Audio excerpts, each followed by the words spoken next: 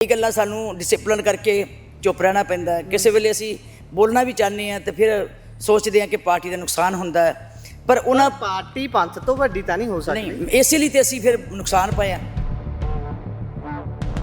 ਹੁਣ ਕਿਤੇ ਦੁਬਾਰਾ ਐ ਤਾਂ ਨਾ ਹੋਊਗਾ ਵੀ ਤੁਸੀਂ ਥੋੜੀਆਂ ਜੀਆਂ ਚੇਂਜਸ ਤੇ ਸਹਿਮਤ ਹੋ ਕੇ ਫੇਰ ਵਾਪਸ ਜੁੜ ਜਾਓ। ਇਹਦੇ 'ਚ ਇੰਨੀ ਡੈਮੋਕ੍ਰੇਸੀ ਦਾ ਘਾਣ ਨਹੀਂ ਕਰਨਾ ਚਾਹੀਦਾ ਕਿ ਕੋਈ 10 ਬੰਦੇ 20 ਬੰਦੇ 50 ਬੰਦੇ ਲੀਡਰ ਆਗੂ ਮੋਰੀ ਉਹ ਜੇ ਬੈਠ ਕੇ ਕੋਈ ਹੱਲ ਕੱਢਣਾ ਚਾਹੁੰਦੇ ਆ ਜਾਂ ਕੋਈ ਪਾਰਟੀ ਦੀ ਮਜ਼ਬੂਤੀ ਦੀ ਗੱਲ ਕਰਦੇ ਆ ਤੇ ਸਾਨੂੰ ਸ਼ਾਬਾਸ਼ ਦੇਣੀ ਚਾਹੀਦੀ। ਤੇ ਜੇ ਸਾਨੂੰ ਸ਼ਾਬਾਸ਼ ਦੇਣ ਦੀ ਬਜਾਏ ਉੱਥੋਂ ਪਾਰਟੀ ਦੇ ਸਾਨੂੰ ਗਾਲਾਂ ਕੱਢਣ ਲੱਗ ਪੈਣ, ਸਾਡੇ ਖਿਲਾਫ ਹੀ ਬੋਲਣ ਲੱਗ ਪੈਣ। ਇਹ ਵੀ ਬਹੁਤ ਹੱਦ ਤੱਕ ਮੰਨਿਆ ਜਾਂਦਾ ਹੈ ਕਿ ਸ਼੍ਰੋਮਣੀ ਕਮੇਟੀ ਤੇ ਅਕਾਲ ਤਖਤ ਸਾਹਿਬ ਤੇ ਬੈਠੇ ਹੋਏ ਜਥੇਦਾਰ ਵੀ ਕਿਤੇ ਨਾ ਕਿਤੇ ਉਹਨਾਂ ਦੇ ਕਹਿਣੇ ਦੇ ਅੰਦਰ ਚੱਲਦੇ ਨੇ ਜਾਂ ਫਿਰ ਉਹਨਾਂ ਤੇ ਦਬਾਅ ਰਹਿੰਦਾ ਹੈ। ਤਾਂ ਤੁਸੀਂ ਮੰਨਦੇ ਹੋ ਕਿ ਇੱਕ ਆਜ਼ਾਦ ਫੈਸਲਾ, ਆਜ਼ਾਦ ਤੌਰ ਤੇ ਕੁਝ ਵੀ ਰਿਜ਼ਲਟ ਨਿਕਲ ਕੇ ਆ ਮੈਂ ਤੇ ਆਸ ਕਰਾਂਗੀ ਕਿ ਆਜ਼ਾਦ ਫੈਸਲਾ ਲੈ।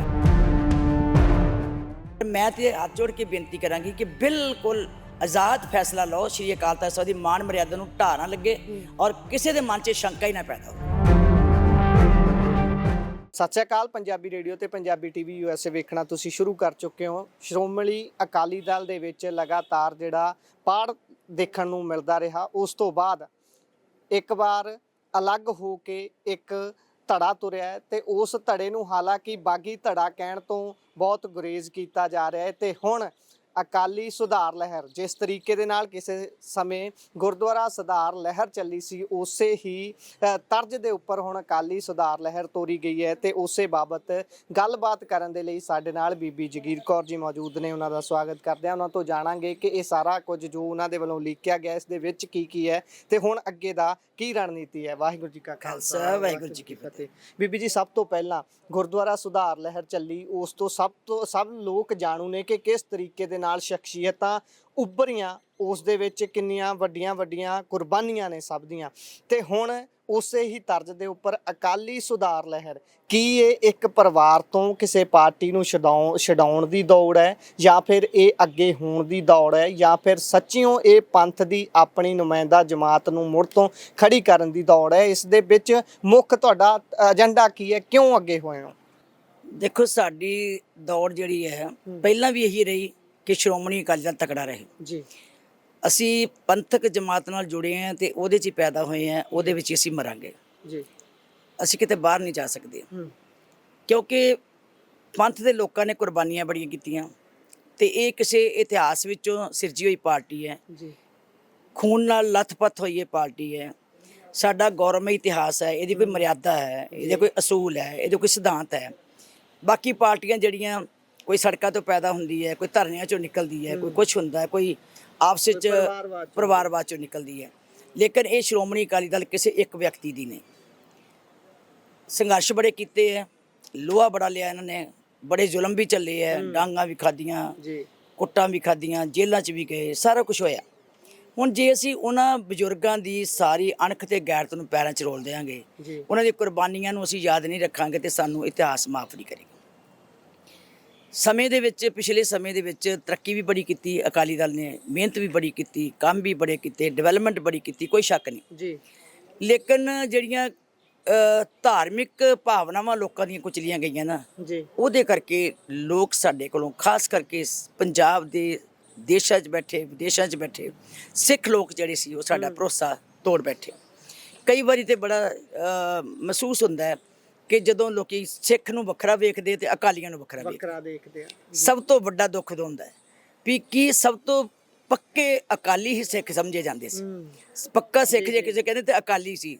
ਕਿਤੇ ਨੀਲੀਆਂ ਪੱਗਾਂ ਵਾਲੇ ਤੁਰੇ ਜਾਂਦੇ ਹੁੰਦੇ ਸੀ ਤੇ ਲੋਕ ਕਹਿੰਦੇ ਸੀ, ਮਾਣ ਨਾਲ ਕਹਿੰਦੇ ਸੀ ਅਕਾਲੀ ਆ ਗਏ ਜੀ। ਪਰਿਵਾਰਾਂ 'ਚ ਜਿਹੜੇ ਬਜ਼ੁਰਗ ਹੁੰਦੇ ਸੀ ਉਹ ਮੰਨਿਆ ਹੀ ਜਾਂਦੇ ਸੀ ਕਿ ਉਹ ਅਕਾਲੀ, ਤੇ ਉਹ ਅੱਗੇ ਵੀ ਪਰਿਵਾਰ ਨੂੰ ਕਹਿੰਦੇ ਸੀ ਵੀ ਉਹਨਾਂ ਜੋੜਦੇ ਸੀ ਵੀ ਪੰਥ ਨਹੀਂ ਛੱਡਣਾ, ਪੰਥ ਨਹੀਂ। ਅੱਜ ਵੀ ਲੋਕੀ ਕਹਿੰਦੇ ਆ ਪੰਥ ਦੇ ਨਾਂ ਤੇ ਵੋਟ ਪਾਉਣੀ। ਕਹਿੰਦੇ ਬਾਪੂ ਤੇ ਸਾਡਾ ਕਹਿ ਗਏ ਸੀ ਪੰਥ ਨਹੀਂ ਛੱਡਣਾ, ਅਸੀਂ ਕਰੀਏ ਕੀ?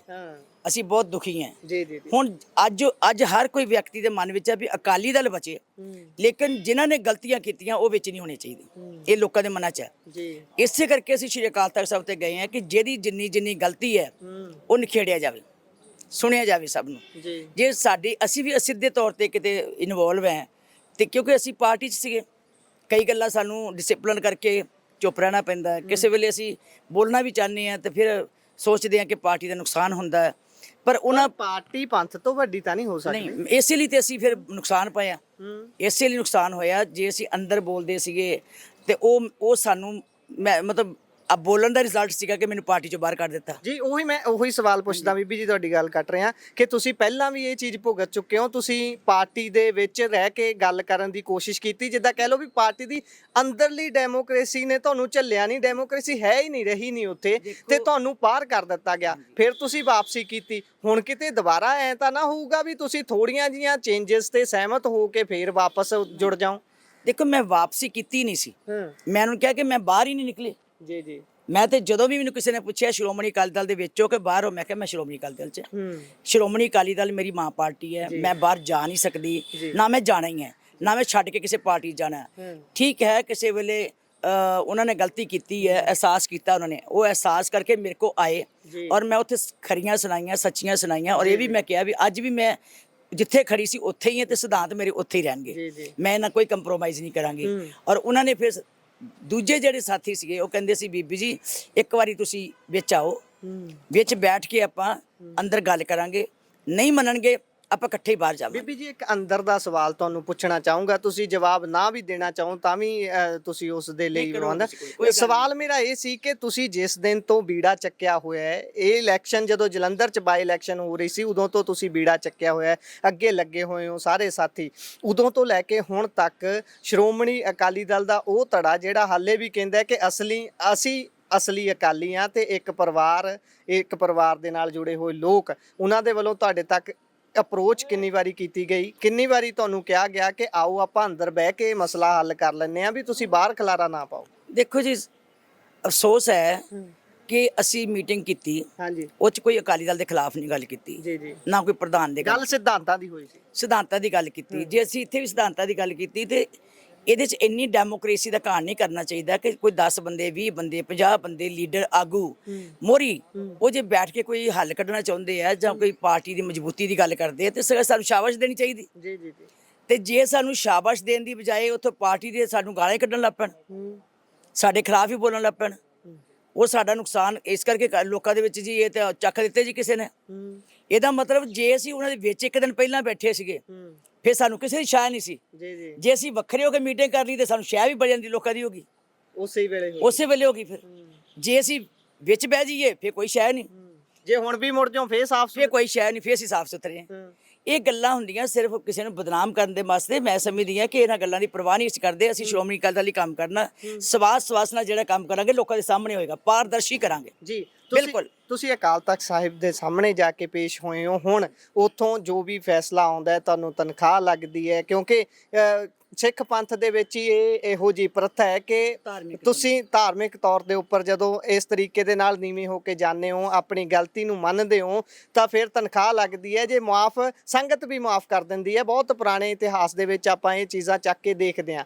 ਤੇ ਮਾਫੀ ਤੋਂ ਬਾਅਦ ਪਰ ਜਿਹੜੇ ਮੁੱਖ ਤੌਰ ਤੇ ਉਸ ਸਮੇਂ ਮੋਹਰੀ ਸੀ, ਤੁਸੀਂ ਤਾਂ ਮਾਫੀ ਮੰਗੇ ਆਏ ਹੋ, ਮਾਫੀ ਲਿਖ ਕੇ ਦੇ ਆਏ ਹੋ, ਪਰ ਜਿਹੜੇ ਉਸ ਸਮੇਂ ਮੋਹਰੀ ਸੀ ਉਹਨਾਂ ਦੇ ਵੱਲੋਂ ਤੁਹਾਨੂੰ ਕੀ ਲੱਗਦਾ ਕਿ ਇਸ ਸਮੇਂ ਜਿਸ ਤਰੀਕੇ ਦਾ ਪ੍ਰਤੀਕਰਮ ਆ ਰਹੇ ਨੇ ਉਦਾਂ ਦੇ ਆਉਣੇ ਚਾਹੀਦੇ ਸੀ, ਜਾਂ ਉਹਨਾਂ ਨੂੰ ਵੀ ਨੀਵੇਂ ਹੋ ਕੇ ਆ ਜਾਣਾ ਚਾਹੀਦਾ ਸੀ, ਜਾਂ ਹੁਣ ਕੀ ਕਰਨਾ ਚਾਹੀਦਾ ਉਹਨਾਂ ਨੂੰ? ਸਿੰਘ ਸਾਹਿਬ ਜੀ ਨੇ ਬੁਲਾਇਆ ਜੀ ਉਹਨਾਂ ਨੂੰ, ਜਦ ਅਕਾਲ ਤਖਤ ਸਾਹਿਬ ਜੀ ਜੀ, ਉਹਨਾਂ ਨੇ ਕਿਹਾ ਸੀ ਜਾਵਾਂਗੇ, ਜਾਣਾ ਚਾਹੀਦਾ।